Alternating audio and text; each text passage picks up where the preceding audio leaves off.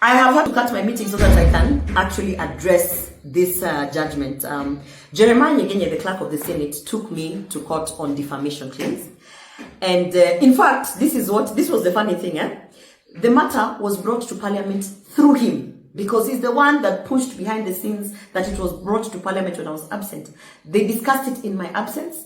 I responded when I was in New York through a video. He took the video, and that is the video that he took to say that he was defamed. Now, my claims are still on the table. I've written an official letter to Parliamentary Service Commission, to the chair of Parliamentary Service Commission, Mr. Wetangula, the Speaker of the National Assembly. They ignored my letter. I have complained within the powers that be in Senate, including to the Speaker. They have ignored all my complaints.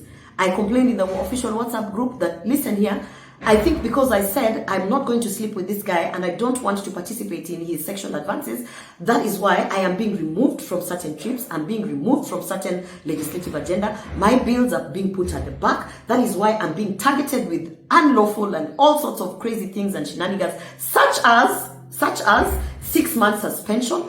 That is why also, as you can see, they forced me to put in an apology, which Jeremiah Nyegenye, through that committee that prepared, added his name. And remember when I was telling you people that this guy is going to use this thing in court, he went and used it in court as a submission.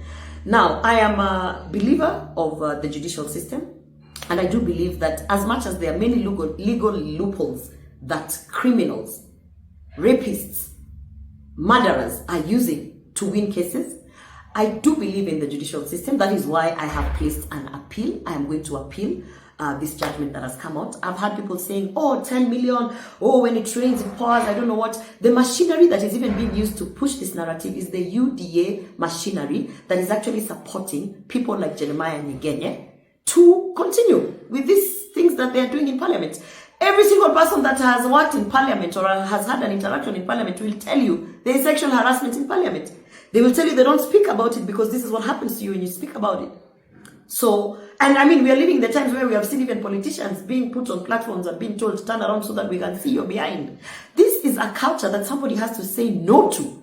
And I know that there is a price to pay to say no to that.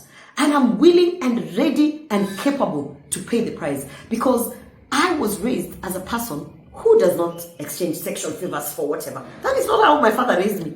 And anyone who has been in my space knows, in fact, wanasema unajiringa, unajifanya, but that is not who I am.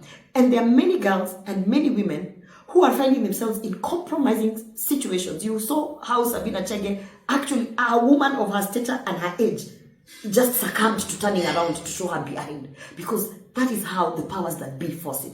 So I want to say this to Jeremiah Nyegenye and to the public that cares to listen. No one has investigated. No one has investigated. Ever since I put up and said, listen guys, this guy is punishing me for saying no, not one single independent body or person has investigated and found that indeed Jeremiah Nyegenye is innocent. The only thing you have to do, even beyond investigations, as the public, why is the Senate refusing to put public the travel reports? Let Kenyans see who has been traveling, how much they have been using in the travel, how frequent they travel, who they travel with, and what that means to the taxpayers. Because the moment they put out the travel report, you will see Jeremiah Nyegenye in a plane every day with someone and someone and someone. And those are people who are playing ball. You will see the leadership of the house in a plane to wherever constantly with certain people. You will see even the Speaker of the House constantly in some travel with certain people.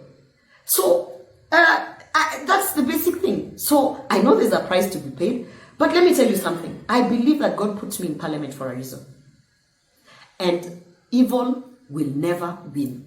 So I am appealing. That is my position. I'm appealing in what has happened. I know that he used the legal loophole, and now he's pushing UDA party machinery and minions left, right, and center to push a narrative. But Jeremiah Nyegenye, there's no single investigation that has cleared you of sexual harassment. And that is the fact. And the Senate has not carried out any investigation. Do not lie to Kenyans. And Kenyans, ask for the travel report so that you can see how your billions of Kenya shillings is being spent in exchange of sexual favors and trips. Yeah, that's what I have to say about this.